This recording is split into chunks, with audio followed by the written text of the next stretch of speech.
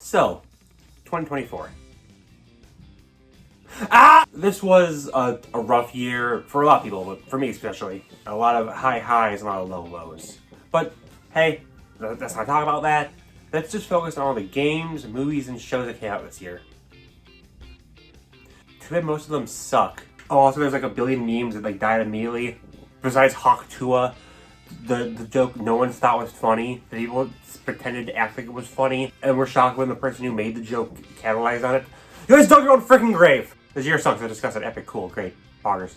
It's a groovy time for a movie time. I think a lot of people thought it was going to be a filler year, seeing that the strike pushed back a lot of films in 2025. We were right, it's a filler year. Definitely some bangers, but mostly a lot of just kind of whatever films. Oh god, picking what to start with is always just the hardest part of these videos. Hey, let's just start with the first game I watched this year. Madam...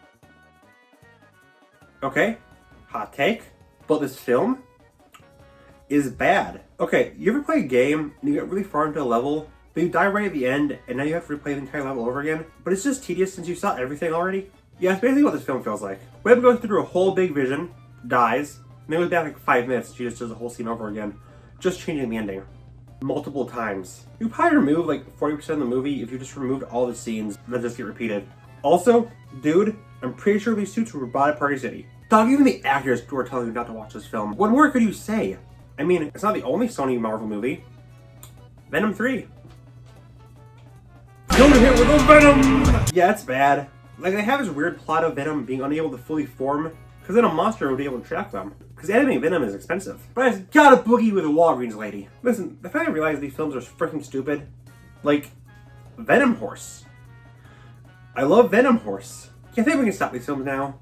I like this one well enough, but for better or worse, which stands for Venom Horse, I think we've seen enough of him. There's nothing new to add. Besides Spider-Man, but please don't. And if we're talking about Marvel, the MCU really decided to scale back this year. Only 2 shows and 1 movie. The one film they gave us, though, is definitely major enough to carry the series. Deadpool and Wolverine. This finally brings the X-Men to the MCU. Not via some random cameos Easter eggs. No, just flat out including the X-Men. Deadpool is, of course, the best character to do this with. It gives us a really enjoyable film. I think this might be the best action in a superhero movie. All these scenes are so creative, so bloody great. I can rewatch these scenes on a loop and still love them. I don't have a lot of desire to watch the film in full again, though. Because I'm gonna be real, the comedy kinda sucks. Oh, it's because of an easily offended liberal cuck, right? Guys, this film stars the most iconic pan character of all time, has a lesbian couple, and 80% of the jokes are about gay sex. This might be the wokest big budget Hollywood film of all time. The problem isn't that it's offensive, because I want that from a Deadpool film, but then they have 3 jokes. Gay sex, Deadpool something that's not cancelable, but says he's gonna get canceled for it, and seeing the MCU is dying. 99% of the jokes in this film are one of these 3. And it got stale before I even watched the film. Back in 2016, when the first film came out, I really liked this type of meta humor, but that was nearly a decade ago. After so much more Deadpool content, Rick and Morty, Velma, anything Harley Quinn's been in the last decade, it's no longer shocking. This type of random, quirky meta humor is just expected. Again, great action, worth a watch for that alone, but the humor is lacking. I mean, you try something new when they never really make Deadpool 4.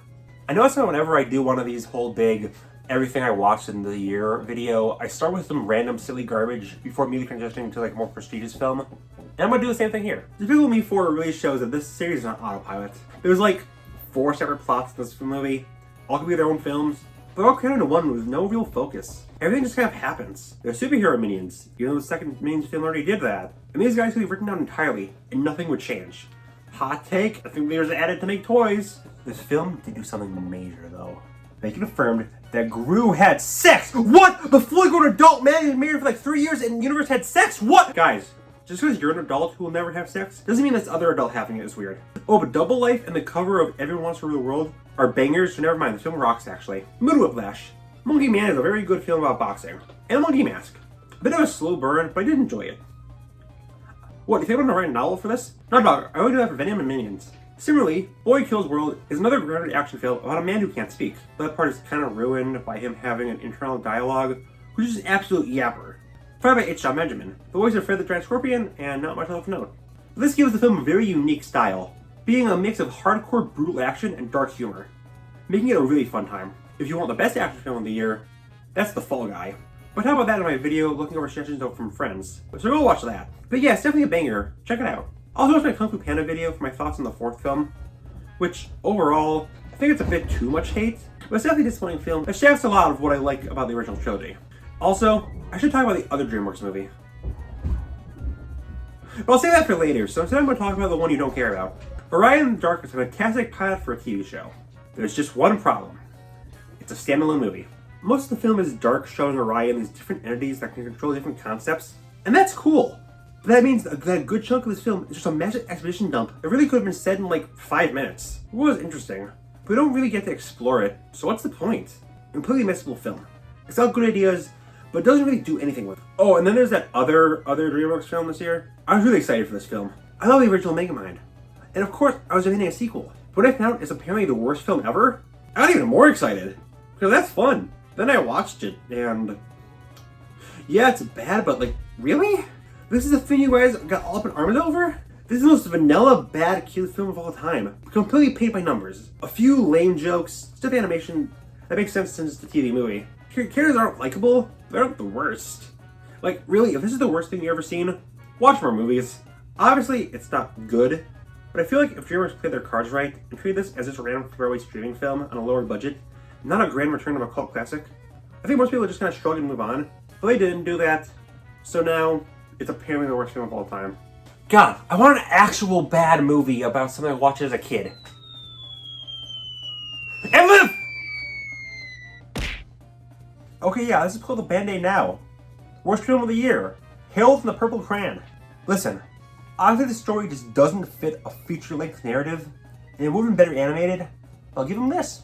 I don't want to kill myself. The plot is trying to find Harold's dad, because we desperately need a story for this film based on a book with no story. But then he realizes he doesn't need his old family, and has a new one.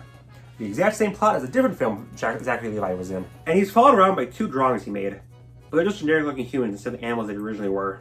God, I miss Rocky and Bullwinkle. Dude, this film freaking sucked. I'm sure you're going to, but don't watch it. I've seen Red 1 compared to Harold a lot. And now that I've seen both, keep its name out of your freaking mouth. It's a Christmas classic, and The Rock's miscast. This is a pretty fun and creative Christmas movie that knows it's silly. Doesn't make level 4 naughty Lester any less hilarious, but still. I liked it. Speaking of weird takes of Christmas, Dear Santa is a take on that joke of dyslexic kids writing to Satan instead of Santa. And it's decent enough for what it is. It has some fun moments and a completely out of nowhere emotional center, which really clashes with the rest of the film, but I didn't hate it. With that said, I am tired of Jack Black's shtick. He plays himself in every role. It's getting tiring. And we'll say the same thing next year. Roadhouse is a remake to a film I've never heard of. And if this film is to be believed, I should say it that way, the main selling point of this movie is that it's full of cool, unique, one-on-many slugfest action scenes of dudes punching each other. The problem is that these scenes are almost always use very notable CGI, so what's the point? Basically just watching a match of Tekken, but lame. Don't watch it. It's not an actually good movie. Woody Woodpecker goes to camp. No, wait, hear me out. The original movie is like maybe the worst kids film in recent memory, but this actually has some cute moments. Some funny scenes, Woody doesn't have an attempted kill count, and I appreciate them actually using some of the other Woody characters. Woody's the only real iconic part of the franchise, so glad they decided to look past it and dive deeper. Like, don't rush out to watch it, but honestly, if you're bored and have Netflix, I'd say it's worth a look. God, we live in a world where Woody Woodpecker's sequel is better than a Megamind one. What a cruel society! I said society, Joker 2. I'm not alone in thinking Joker is perfectly fine as a standalone film. But hey, how's it on its own? Awful, actually. It did not need to be a musical. Harley does nothing. And like, why is the whole plot just beating over the head on how you shouldn't idolize Joker? Did that many people really unironically idolize him? This I'm pretty sure was made as a middle finger from the director, who made me get from Warner after making it. And I can definitely tell. Don't watch it. Like Megamind, I've seen a lot of people call the Sandy Cheeks movie the worst film ever made. But honestly, I enjoyed it. I know I'm weird for being the only animation YouTuber to not constantly look at SpongeBob as some sort of high-quality masterpiece that must always be thematically deep, and see it as mostly, gasp, a goofy, funny cartoon. But it's got some funny scenes, and honestly, I like when they blended the science part of Sandy for the modern season with the Texas 11 girl next door from the classic ones. I appreciate that. Heck, Crab seems a lot less greedy and genuinely cares for people here. I like that. Is it amazing? No. SpongeBob tickles people's feet. But I wanted some funny scenes and fun visuals. I got it. I was satisfied. And let's continue with shows based on cartoons. Big City Greens got a movie. It's also set to get a 5th season. People will look you dead in the eye and say that Disney cares more about Owl House and Fable than the show. Dog, it's over, give it up. I mean, it is a stereotypical film based on a cartoon of all time. It's got a few random new characters. It's still a pretty decent musical. Overall, feels like a long episode instead of something truly grand. But if you like this show like I do, you'll enjoy it. I guess I can put a Garfield movie in here too. A Garfield heist movie is actually a super fun concept. But in execution, the film could star freaking President Garfield, and it would be the exact same. Garfield doesn't have his signature charm, Odie and John can be written out, Motherfucker doesn't eat a single piece of lasagna. Perhaps a pretty decent Garfield, actually. But yeah, shockingly, this film was not higher. Well, I guess I can extend this anime too. Spy Family got a movie. As a massive fan of the anime, this actually subverts long episode syndrome. It feels like a massive escalation of the show. It was pretty equal focus to the main trio. Again, I can't recommend this to anyone who isn't a fan of the show, but it's epic and cool. The Bob Marley movie is fine enough. It tells the story it wants to well, but when I think of a big biography of a music legend, I expect it to be about his life. This film starts when he's already married with 2 kids. I feel like we missed a lot. I like it well enough, and they capture Bob Marley's spirit well though. It's fine for what it is. Dune 2 is great, of course. A great follow-up from the original. I love to see Paul's deteriorating mental state into the cold villain we know he will be. Overall, showing more of the feud between the two sides. And more Sandrum, which holy frick! You know from the great when people want to frick the popcorn bucket. No one did that to the Garfield one besides Shane Dawson, so that's how you know it sucks. Furiosa is a phenomenal movie. Honestly, I might like it even more than Fury Road. Fury was always at a disadvantage of you knowing more or less who's going to live and die. But who cares? When you not only get more context on Furiosa's life before the original, complete with the over-the-top and grand stunts you love, plus Chris Hemsworth really spreading his wings and showing he can be a great loathsome and sleazy villain. Lisa Frankenstein is an amazing take on 80s inspired film. Not 80s inspired as in the characters look at the camera and say, holy frick, Lois, remember Ghostbusters and Ninja Turtles? But instead, from the writing, the plot, heck, even the lighting, it just feels pulled straight from the 80s. And that's great. Top of great effects and bond between the 2 leads. Also, holy frick, that was Cole Sprouse! Ultraman is a franchise I wanted to get into for a while. While Ultraman Rising might be only a little peek into it, it definitely makes a great first impression. It gives you the big monster fights you want, plus a really nice relationship between Ultraman and the baby kaiju. Really cute film. Really enjoyed it. Anyways, from the depths of the seas, it's a king of the monsters, X the 8th wonder of the world, and the word when I rhyme. It's a pretty stupid movie. The start of the film sucks. It's pathetic with the human stuff, as we're just enduring its abuse. Godzilla doesn't get off the bench for Frankenstein for the first half of the movie, before having the mammal brought in to nurse the film back to health. There's barely even a plot. Saddest waste of a gorilla since Harambe. Then Godzilla finally comes in and it becomes a 2v2 kaiju fight with team combos and them falling through the sky, so yeah, it's actually the best film of all time. Speaking of monkey, I decided to rewatch the Planet of the Apes trilogy. Fantastic. Never once did it look unnatural or feel unbelievable. Amazing films. Possibly the most consistent film trilogy ever made. The new one from this year that's starting a new trilogy, probably my least favorite of the 4, but still a fantastic movie. Proctus is a fittingly intimidating villain. Albeit he's kind of similar to Chris Hemsworth and Furiosa, who's more entertaining. But he wasn't a monkey, so seeing more of the human-ape relationship all these years after the original trilogy is fun too. So I'm interested in seeing where the trilogy will go. Ghostbusters Frozen Empire. Yeah, we're gonna retire the series now. Like, it isn't bad, but it's a fairly standard film with a few contradictions from the original. The first half was boring, dog. It took them like half the runtime just to introduce the main villain. When we finally get to them, we got some fun scenes, but this franchise is as dead as a ghost they bust. The film also has the exact same plot as Dying Country Tropical Freeze. It got memed a lot, but honestly, I liked it. I think the imaginary friend world was super cute. I like the different friends they thought of, especially a little guy wearing a trench coat. He got such a good design. It even makes me suddenly wish Turning Red had mentioned 9/11. For a children's film, I liked it. It had some cute scenes, some creative moments, pretty enjoyable. But also, I know imaginary friends aren't like the most original concept, but Home for Imaginary Friends, where the main character is a large purple horned monster who's actually really friendly, it is named Blue despite being purple. I'm not crazy, right? Like that's way too close to Foster's. I don't know if Piece by Piece is too gimmicky, or if it balances out its standard biopic story with the Lego stuff. It's definitely very visually interesting. That was in Pharrell's life well, but I do still question if it needed to be Legos. Still, definitely more interesting biopics out there. Abigail is a really cool idea for a film. A bunch of kidnappers are trapped in a mansion. They're getting picked off one by one. They're actually not the worst people, so you're worried when they die. And it turns out the little girl they kidnapped is a killer vampire. Good premise. Too bad they made it super blatant in the marketing that that's the plot, so all of mystery is sucked away instantly. That definitely kills a lot of what was interesting in the movie. But like, if you had nothing else to do, there's worse options. But that dancing scene was 100% only added because Mithrigan did a dancing scene. And it became a meme. You can't freaking trick me. A topic of a film with a good premise, a botched execution, but also a one-word title that starts with an A. Gargoyle is a great idea. Our writer is writing a novel, but it turns out her writing is actually predicting a real-world crime. Fantastic idea. Why don't they focus on it? The most aggressively okay film I've ever seen. Someone tries to premise out again. This film just kind of stinks. Inside Out 2 is weird. Like, I liked the first one a lot. Loved it, in fact. But I was vehemently against the second movie. It would be so easy to ruin what makes the film great. Thankfully, the film is instead really good. It's funny, it's creative, shows off Riley's struggles super well. The new emotions are great additions. Definitely still prefer the first, but we actually got a good Pixar sequel. Been a while since that happened. There isn't really a film that needed a sequel, but I think the one we did get did a good job. The action aim's higher than the first, mixed results thanks to the wonky CGI. I think the background drama between the gladiator and the ruler is different enough from the original to keep it interesting. So I liked it. The more and more I think about it, I think the original Beetlejuice might be my favorite live action film. Certainly there's better, but this one has a lot of special personal attachment to me. Like seriously, Beetlejuice should have been in my top 15 favorite characters. So I was very cautious, but excited for the sequel. What I think? I loved it actually. Beetlejuice is still his wacky self. It's really funny, and the effects are fantastic. I don't think there's any CG here. It's all practical. It's amazing. I really like that you can guess exactly how every single minor character died. It's really cool attention to detail. I think the main plot of evolving Lydia, all while Beetlejuice is still hunting her, and her daughter is accepting the ghosts are real, it's really cool. I wouldn't say it's as good as the original, of course. It's missing that major heart the original had. Plus, Dolores is pretty forgettable, and one ghost boy did nothing. It's just a plot device to get Lydia's daughter to the underworld. It feels like Beetlejuice or Dolores could have done.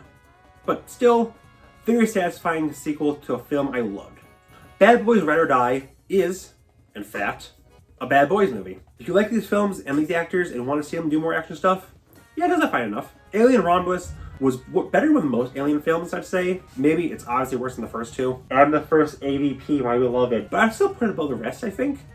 First half isn't super special, but I appreciate them going back to the Xenomorph being an intelligent creature and not just some wild animal. With the kills and action being a lot more special than most films in the franchise. Heck, I think it's the first time since 2 I was actually scared. Not a phenomenal movie, but definitely one of the stronger Alien films.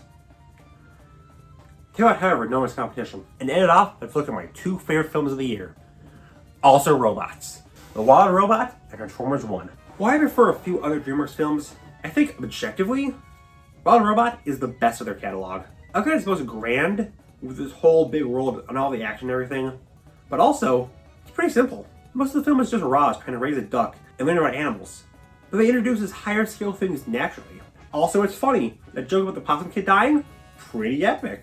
So, how about Transformers 1? Paramount has got to fire their marketing team, dog. Between this and D&D, why do they constantly make bangers look like the worst film ever made? I made a video on the Transformers films. This is the new best, easily. The animation, phenomenal. The world is fantastic. Feels so lively despite being robotic. It just instantly feels cold and lifeless. Which makes sense considering the conditions the mains find themselves in. Oh, and also, Orion and D16, fantastic. Their bond is so genuine that it's genuinely heartbreaking that you know they have to drift apart. Like, this film was so good, it finally pushed me to not just watch 1, but 3 old Transformers shows. No easy feat. With that said, the comedy is pretty hit and miss. Like Bumblebee turning around, peak comedy. Anything that comes out of his mouth, oof. So, close call, but leaning towards Rod Robot. Transformers 1 does have Shockwave, so it's close. But either way, you can't lose if you just embrace the robot uprising. American cartoons are terrible. So, you know the animation industry is dead? Yeah, between cancellation just becoming more or less a guarantee, companies constantly removing shows from streaming, and just in general awful conditions behind the scenes, this is something not even Yahweh can fix. I am really worried about the industry going on forward. But I feel like the best thing we can do is just simply watch more shows, talk about them, experience stuff. I will now go from people agreeing with me to talk about Hazbin Hotel. Listen, the show is undeniably flawed. Instead of flaws, everyone's wearing it on its sleeve. If you feel like this should have been a more down-to-earth slice-of-life comedy, rather than a big epic story about heaven. Like, heaven was built up as the end goal in the pilot. And why are we introducing it in season 1 and immediately showing off that they're evil? Pacing overall sucks. The hotel itself is meaningless, as is the whole plot of redemption, since they're more focused on preparing for the war. It should have been more focused on the characters, because I do really like the cast. I think it would have been more fun to see these sillies stumble through just trying to improve sinners, using only Charlie's intense misplaced optimism, and everyone else is just pure, what the heckness, as they try to help her. But, I mean, again, I really do like the characters, especially Alistair. The story is wonky, yes, but I think it can be salvaged. And honestly, every single song is an absolute banger. Like, I can't recommend fully watching the show, but I genuinely suggest listening to all the songs. Apparently 4 seasons of the show will happen, so like, hopefully they can find their way with it. I miss some Batman Cape Crusader. I do like the more 1940s take on Batman, and I actually think making the more ground stuff with magic works pretty well. At first I wish they just picked one or the other, but no, it's blended really well. But, I think I'm at the point where I've seen enough from Batman that I just want more, I guess? I don't know, I like it, but I wish I loved it. Also, Batman was mean to Alfred. I didn't like that. That's not the only DC show this year. We also got Kite Man. We got a Kite Man cartoon for Wonder Woman. Are you kidding me? This is the worst timeline. At least the show is good, right? Right? Yeah, this doesn't need to be a full show. It could have just been a subplot in the actual Harley Quinn show. Same awful, unfunny humor and all. This is genuinely what people think Has-Been is. It's not funny. And I know funny. I'm a clownfish. The western between Kite Man and Golden Glider is cute. Darkseid is Keith David, so 10 out of 10. Besides that, you can skip it. The actually good TZ cartoon we got this year was Future Commandos, which is still coming out as writing. But it's a sign we're in good hands with James Gunn. Yeah, it fits his general tropes, but like, when said tropes are still funny, still emotional, and still give us G.I. Robot, like who cares, it's still rad. Speaking of superhero shows, X-Men 97 is fantastic. The animation is pretty good, albeit, god, just make a 2D show, dog. But they took everything from the original show and expanded on it. The relationship between Magneto and the others. It's not more expensive about the metaphor that X-Men represent. Still having your classic X-Men weirdness. The action still looks great despite my initial apprehension. It's great to take an old cartoon, give it a new look, re-dive into the characters, expand the message, just make something special with a new series. Now, if only I was nostalgic for it. New Wish is a banger. After a full decade and a half of nothing but garbage from this godforsaken franchise, God, I am so happy to finally get some quality. The new visuals are great. They're a perfect way to translate the 2D look into 3D, making it very expressive, but also very distinct. They do great balance of new things and old faces. They really dive deep into the show for references. Like the son of Doug Dimmadome, owner of the Dimmadome Dimmadome, of all characters being a major part of the series. Hazel's a fun character, but different enough from Timmy to stand out. I actually think her being nicer is a good choice. Another rude MC like Timmy wouldn't be as interesting. Also, like, oh my god, Kaz and Wanda like each other? They can do that? They are so cute, I love them. Are there objectively better shows out there? Sure. But this makes me so happy. If you don't get a season 2, I'm killing myself. The new Tomb Raider show is fine. I don't remember anything about it, besides this scene. I'm going to have to go to the worst place in the world. If you like Tomb Raider, watch it, I guess, but it's fine. Chaos Theory is a good evolution from the original Jurassic World show. Aging up the characters and seeing how they adapt to being survivors of the park, while they go back to it after the passing of one of their friends. Yeah, it's good if you like the original. Sea Level is a show about different takes on multiple different games that all look the exact same. An anthology on different takes on popular games and Concord sounds cool, but putting them all in the same style makes them mean nothing. I hate the Pac-Man one so much. Making Pac-Man edgy is done to death. This isn't even clever or anything. It's the most basic way to edgify a classic. Would not recommend. Tales of TNT follows up on Mutant Mayhem from last year, now with a beautiful 2D style that captures the grungy look of the film perfectly in a new medium. It gives you much more mutant action than the film allowed. More bounding between the turtles, and like, you thought Rise action went hard. It does. But this really amps it up too. Problems? Well, minor one. Why is Peter only voiced by Raph talking for him? Like, I get it, you couldn't get Jackie Chan for this, but like, just recast him. Also, more importantly, the show is split between 2 parts, and I feel like they could have expanded into 2 full seasons. But hey, hopefully we'll just get a full season 2. Like, please watch this. Do not repeat Rise. We're all only talking about it after a year after it's done. Right at the end of the year, we got 2 action shows about girls fighting stuff. Invincible Fight Girl was a lot of fun. Starting the main girl, learning to be a wrestler. Definitely feels like it needs a season 2 to really come together. The action's really good. Brandon got a lot of hand-to-hand Western animation. Usually action shows are more power-based, so I like this one. The other one is Gentry's Child vs. Underworld. My favorite cartoon of the year. Everything I said about Fight Girl applies. Plus it had a great mix of Chinese feel with heavy looks, Chinese myth, very anime-inspired action, and a lot of good humor and characters. This is a show I've been looking for after a lot of other shows I watched stopped. Please give it a watch. I need a season 2. I saw people begging and pleading not to let Rock Paper Scissors be the next, insert any next show in the last decade, and posted all these clips saying, guys, look, it's funny. Don't let this die. Don't let this die. I'll give it a week. But hey, even though it'll probably be killed soon, it's a fun show. The trio are all fun in that they mostly all hate each other, but they target each other enough to hang out with the other. Has some good moments. It extras I swear taken away from Loud House. Overall, I've seen it become a cult classic in a decade or so. It's fun. I decided to check out every new Nick Disney and CN show, which means even if I didn't want to, I had to give a watch to Primos. The show got a lot of controversy last year upon reveal. But now that it's out, they moved a lot of the parts people tried to follow at, which is fine.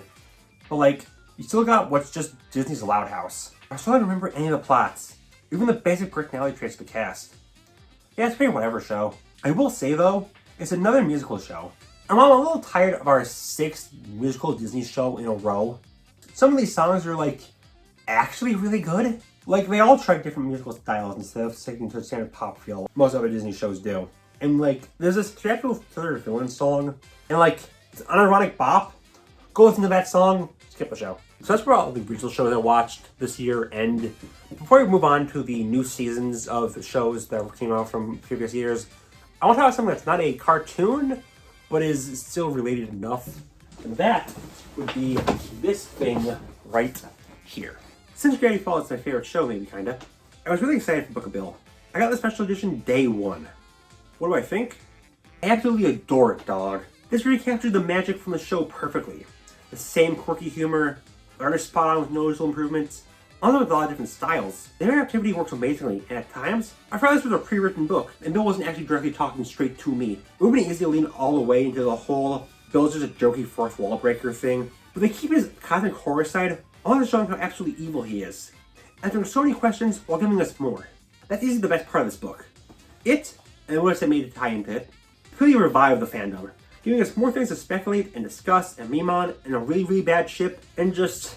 It's like I'm back in my teen years thinking about and discussing this show again. Just minus this high school trauma. I love the culture this book coming back gave us. More notably, I love the book itself. Now onto old seasons of new shows I've watched. Like normal, some of these shows I've either talked about in videos or have nothing new to add.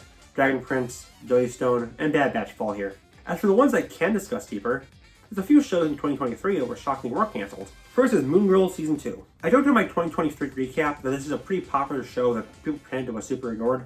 Yeah, no one watched this season. Sad. It's arguably an improvement. Considering how much I loved the first season, that's huge. The action and music are still great. But now, we actually have a bit of an interconnecting plot, which makes things all feel more interesting. One problem with last season, Della being basically just a living prop who isn't a real character outside of one episode, still applies. But that's still not enough to ruin a fantastic show. I really enjoyed My Adventure Superman Season 1, but Season 2 was even better. Not only did we get more of Lois and Clark being little adorable dorks, we also get Kara, a really fun new addition. And Brainiac is a fantastic and cold and calculating villain, even if his design is really generic. Somehow, the show hasn't been cancelled yet, so I'm really looking forward to them pushing things even further in Season 3. Please, for the love of God, watch the Gremlins show. Season 2 dropped last year, and no one talks about it. I need that third movie. This is definitely targeted more at kids than the films, but it's great, a little mix of humor and some creepy scenes. I will always lap up my Gremlins crumbs. Clone High Season 2? 3? Why was the season last year called 2? But this is also called Season 2? Whatever. Clone High reboot got another season. And I mean, it's better. Abe and JFK being friends is fun, but the season is so unfocused. None of the new clones mean anything. None of the old clones do anything. The purity aspect is just fully dropped now, which is so lame. The original was 2 decades ago. And then all the new teen drama parodies they could do with the next generation of teen dramas. But no, it became what it parodied. I still see glimpses of greatness underneath the cracks. With the reboot now fully cancelled, maybe these clones should have stayed frozen. Monsters at Work's first season was lame, honestly. Just a generic work com that rarely uses the monster characters. Season 2, on the other hand, is like actually really good. They actually dive into struggles brought up by introducing Laugh Power, and how people don't want to change over, including Fearco, a company now run by Johnny from the university. Tyler's pulled between his friends and wanting to unleash his true potential. It's actually funny now. Motherfucking Randall! Like, yeah, this is actually a really solid show now. I'm actually looking forward to Season 3. Tyler Friends and Invincible shows are really, really loved with their first seasons, but Season 2 really pushed both forward. While I think Season 1 of Smiling Friends is funnier, Season 2 gives more creative uses of different art styles. More wacky scenarios, more Alan, the best character, and more Mr. Frog, baby! Even if I don't like that episode. It's a fantastic show and hopefully will stick around for a long time. Invincibles might be the best action cartoon in a while. Season 2 really solidifies everything. We got more detailed looks at the Viltrums. Levi is a great villain, even if he's like 1-to-1 with the Spot for Spider-Verse. But comic related that movie, so whatever. More Alan, the best character. Wait a minute. Yeah, overall, these are fantastic new seasons. I expect both of these shows to rank high on my favorite adult cartoon list this year. I had a massive hype burnout over the first season of Arcane. Yeah, it's good, but I was just a little tired of hearing about it. But I calmed down, and now that season 2 is out, yeah, it rocks. This is even better. The relationship between Jinx and her adopted kid is great. The visual is even more detailed and interesting. Spoiler stuff. On-screen sex. But hey, great season to a great show. Rose Malagi's second, and sadly final season, is like genuinely a banger. They ramped up everything. It's funnier. The songs are even better than before. But that's a video for later. And like, Scratch's whole arc at the end really got me. He shot up pretty high on my favorite character list. Don't keep overlooking this just because it's not as story focused as some other shows. It's definitely a great show. And like other years, let's end us off talking about the newest season of Owl House. I thought the season was really... Wait, what? What do you mean it's over? It ended in 2023? But...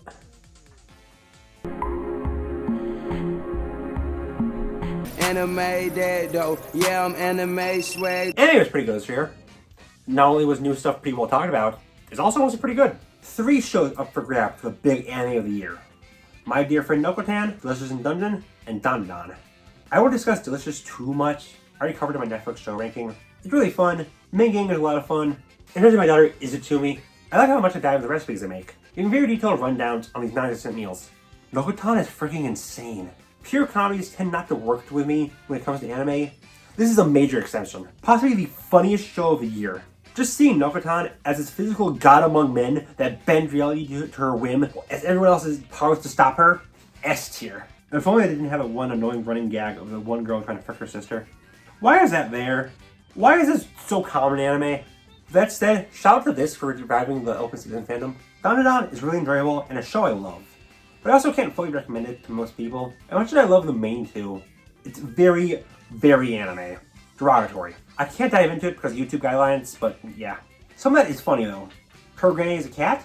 Pretty baller. I like that she just kind of does nothing when it's all cast. Overall, despite the very anime moments that I can't get super into, a super fun show, and one that, if you know what you're getting into, is definitely great. Uzumaki finally adapts Junji Ito's iconic manga. And it starts great. Story-wise, it ends great. But that's because it's a pretty straight adaptation of the manga. That's not why you're here. You're here to see how they bring the horrific visuals of the story to life.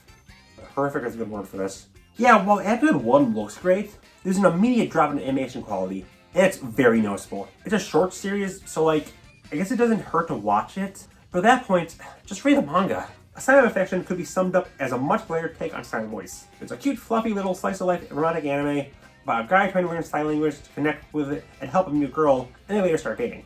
Listen, guy, I want every 1 season long romance anime in my veins right now, so I like this one. That leads us to a weird trend. At the start of the year, I made a video looking over anime adaptations of Western properties. This year kicked that off into super high gear, as they gave us not 1, not 2, but 3 Western property anime. The best of the 3 is undeniably Terminator Zero. It's definitely super different, with the iconic design of Terminator rarely appearing. But since it takes place in Japan, a place with stricter gun laws but a lot more robots, it makes the world a lot more deadly, leading you to genuinely care about the family, especially in the rare times the Terminator does appear and shows he means business. Definitely a must watch if you like the series. We definitely need something good after getting nothing but garbage since 1991, so it is certainly appreciated. What's not appreciated is Suicide Squad Isekai. At first I was glad to get some anime from DC that's not Batman, but like, this is really much better. Honestly, I'm sick of Joker and Harley Quinn. This is just Harley's show. The rest of the team doesn't really even have any real time to shine. It's really just a second Suicide Squad film without the actual enjoyable things about that movie. Instead, we got the worst Joker design of all time and Michael Jackson. We have the good, we have the bad, and now we have the yeah, the is a good word to describe Rick and Morty the anime. It feels at odds with itself. Totally is a lot closer to your standard teen-focused anime than Rick and Morty, taking itself mostly seriously without the insane over-the-top violence and profanity of the original cartoon. It also has an art style that, while pretty cool looking and unique, isn't the stereotypical anime art style, and it doesn't do anything that couldn't be done in the original show. So really, it's not really Rick and Morty, it's not really anime. Despite that, I enjoy my time. I thought Morty's relationship with his girlfriend was cute. I like the more real it out and the less jerkish take on Rick. Overall, I question why it exists. I enjoy my time. Also, why does Dub voice sound like the actual original cast members, but they didn't get the actual OG cast? That means the president isn't voiced by Keith David, so it's worse than the cartoon. And now we get to the new seasons. There's like nothing here. Laid Back Camp Season 3 is still really good. I have nothing to add besides that. I still like the show a lot. I have absolutely no idea what to make of Oshinoko Season 2. It feels like 4 shows stapled together. Very inconsistent tone, but, I'm still on board? They haven't gotten to the interest from the mauler yet. I can jump right now to say to myself, why is it so common in anime? Direct your eyes to the TV, please. 2024 was the year I watched actual television. Not like just Marvel and Star Wars garbage, no, like actual real TV shows. What even am I anymore? I mean, I still watch Marvel and Star Wars, of course. It helps that they're massively scaling back on those franchises. Instead of like 4 shows a year each, there's 2 Marvel shows and 1 Star Wars. I'll start with Acolyte. And I gotta say, if you hate this show because of the lightsaber whip, you wouldn't get out. This is the coolest Star Wars has been in eons. Dog, this thing is awesome. Besides that, the show is whatever. The idea of diving more into that Star Wars world before the prequels is really cool. I just wish they, like, actually did that. It's kind of in one ear and out the other, but I didn't hate it. Moving to Marvel, Echo was good. Not mind-blowing, it can be slow, and like, I wasn't expecting much from a show focused on a minor side character. But I do like to look at Latin American culture, and Kingpin is back. Holy frick, Kingpin! Also for Marvel, Agatha all along. I know I wasn't alone in thinking this was unnecessary. Like, Agatha was a meme for like a month, but immediately waned in popularity. Understandably, when you think about how WandaVision can be pointed at the start of the MCU's decline. Everything got bad as soon as they introduced Ralph Bohner. What I'm trying to say is this is the best MCU show. Not a high bar depending on who you ask. But I like that they stick to their vision here. It's a dark, gothic, mystical show. And they never pull the rug away and make a generic superhero show like WandaVision became. It stays that. Agatha is also great. And again, she stays this untrustworthy villain. It's pretty disconnected from the MCU and its own thing. Shockingly enough, I recommend it. To swap to something different, there's the other show about a secondary villain spinning off something. The Penguin. Like Agatha, I really did not see the need for this. So yeah, best show of the year. Look into the seedy underbelly of Gotham, Penguin's rise to power, and how he's just the absolute worst person in history. I despise this man. Never to the point of wanting to stop watching.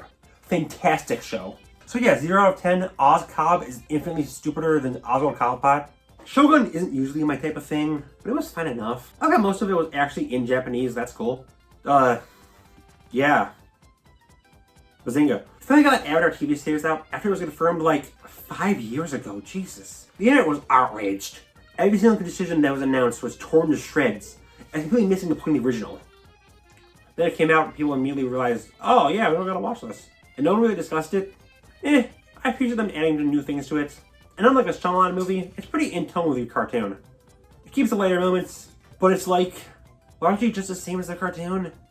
Basically the same plot. So like, if season 1 is almost the same length as the cartoon season 1, why not just watch the cartoon? Also, like, did Netflix have to adapt the This of all shows? Listen, the whole Avatar is actually an anime just ruined discussion around animation low-key. If you're gonna make an action of Nick show immediately after several anime adaptations, couldn't you make like a live-action Amy Beavers or Cat Dog or something? You've seen all the best jokes from the TED show, whether you've seen it or not.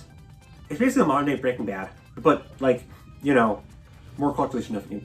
But God, does it go to show you, if you give Seth the keys, he can make a banger. Really funny show, and that's for someone who doesn't even like the movies. I really freaking love him running so much, dog. I never played a Fallout game, but this show is really, really good. I'm so blown away by visuals in TV shows nowadays. This is basically cinema quality. We've gone a long way from Flash having a budget of $3. It's mostly just set up to a world of Fallout, but it's a very intriguing world. So I'm looking forward to the later seasons. Give us a Deathclaw, I love those guys. I love them, they're so silly. The Ghoul's hot. Anyways, Total Whiplash.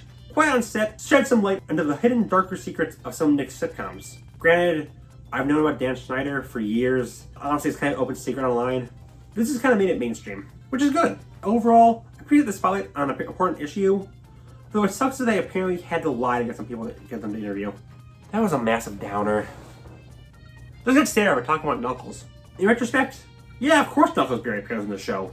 You know how much that would cost? And I mean, it does help the human characters were actually pretty fun. Like, I'll admit, best episode is the 4th one. That musical, pretty peak. How'd Ibis get introduced in these movies before Amy or Spennel did? Like, yeah, lack of a reason people are actually watching this show is lame, but it's fun for what it is.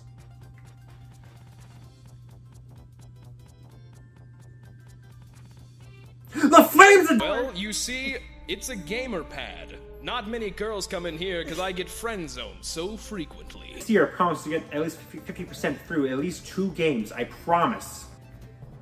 I made a mistake. Seriously, how do content creators play games? I can barely finish one game. Y'all can play like 15 in a year? Okay. So, Paper Mario Thousand Year Door got a remake. The original is fantastic. This is a straight port, so it's a banger still. My favorite's still Super because I'm better than you, but whatever. Echoes of Wisdom is pretty fun too. The Echo mechanic is very creative, and it helps set this apart from other Zelda games. You just kind of feel like you just stand around and let your summons do all the work at some points. But I can summon 12 snakes and let them wreak havoc, so I don't care, good game. Frick, that was a lame way to end this video, god dang it. And that was 2024. You know, shockingly, this was a major year for me. Not just because I watched Ted Show. Fuck! It's been a very rough year for me. You're not here to watch me vent, so I won't, but like, this was tough. This was a tough year for me. But hey, I finally hit 1K. Once my dead Discord server, people have convinced me not to delete, so I guess join it. It's inactive. People don't want me to delete it, so whatever. I made a ton of videos I wanted to do since I made this channel. Series I never thought I'd cover, and tons of things I'm particularly proud of. Last year, I did my 15 favorite videos from last year, so I'm doing the same here. Obviously, the top 60 is the best. I really made the supercut just so I included it at the top. With this video at second, I don't know if I could ever top those two are just these are my best videos of all time. With a few more bangers, you can check out in the playlist link in the description. So, what about this year? Well, I've got plans. My big watch through that I do every year is adult cartoons. Pray for me. Pete's turning 100 the next year. I gotta do something for that. I got scripts planned for reviews of DuckTales and She-Ra. I also want to hit Owl House and Hilda. Hopefully I can. Holy this one dog. I really wanted to do top 30 Nick episodes last year, but I kept getting pushed back. I'm leaving my account if it's not out in 2025. That is a promise. I need that video out now. Splatoon's turning 10. I do something for that. I want to make another cartoon retrospective. I have 4 separate ideas on it. I'm definitely doing watching my friends just 3. Yeah, I got big plans. Hopefully needing to watch all of The Simpsons doesn't delay it all. And I hope to see you all then. So yeah, that was my year in review. A lot happened. Thank you for being here for me this year. I hope to see you guys all next year as well. And I guess I'm done. Peace, everybody. Wait! Oh my god, what now? It is I, Fred Jones.exe, here to wreak my vengeance.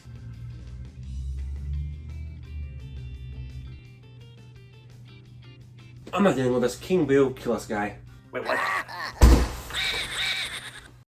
Never, John. Bury me in cheese.